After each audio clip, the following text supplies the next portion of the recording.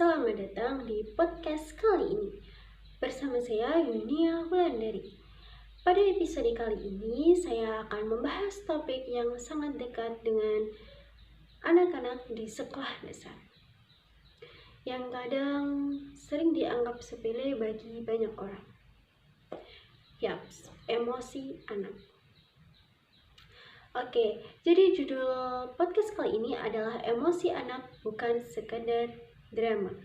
Oke, jujur aja ya, pernah gak sih kalian itu melihat anak SD nangis, marah, atau tiba-tiba ngambek, terus kita mikir, drama aja ini anak.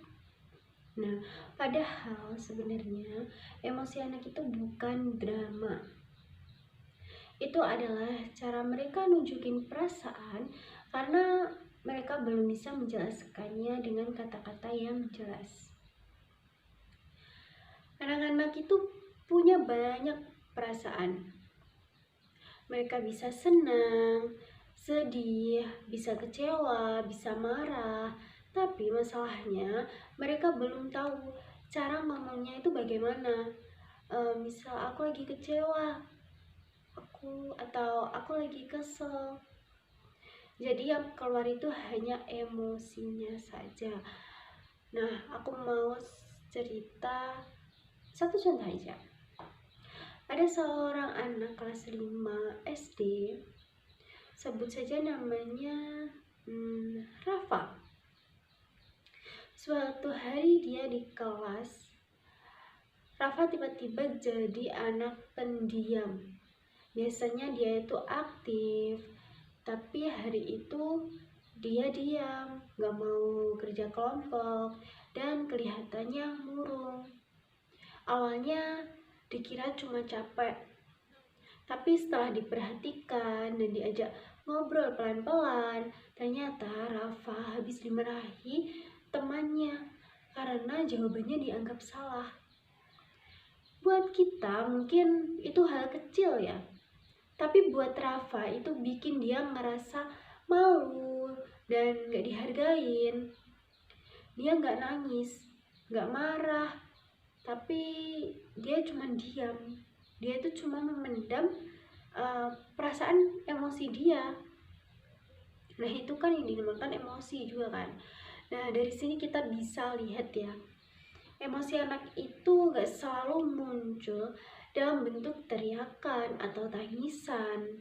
Kadang justru muncul lewat sikap diam, menarik diri, atau gak percaya diri.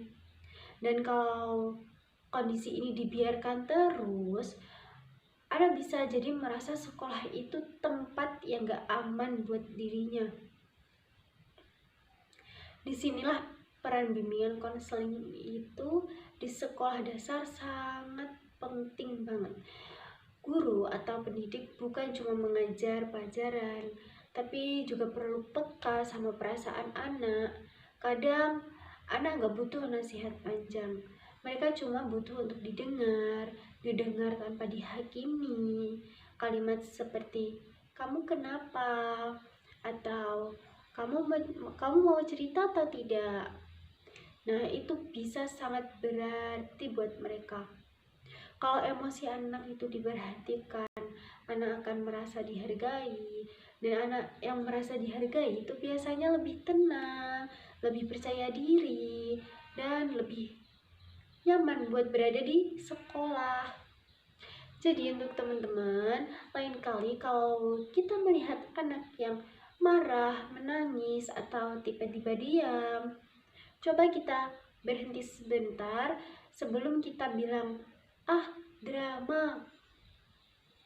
Karena bisa jadi itu adalah cara anak bilang, aku lagi butuh dimengerti.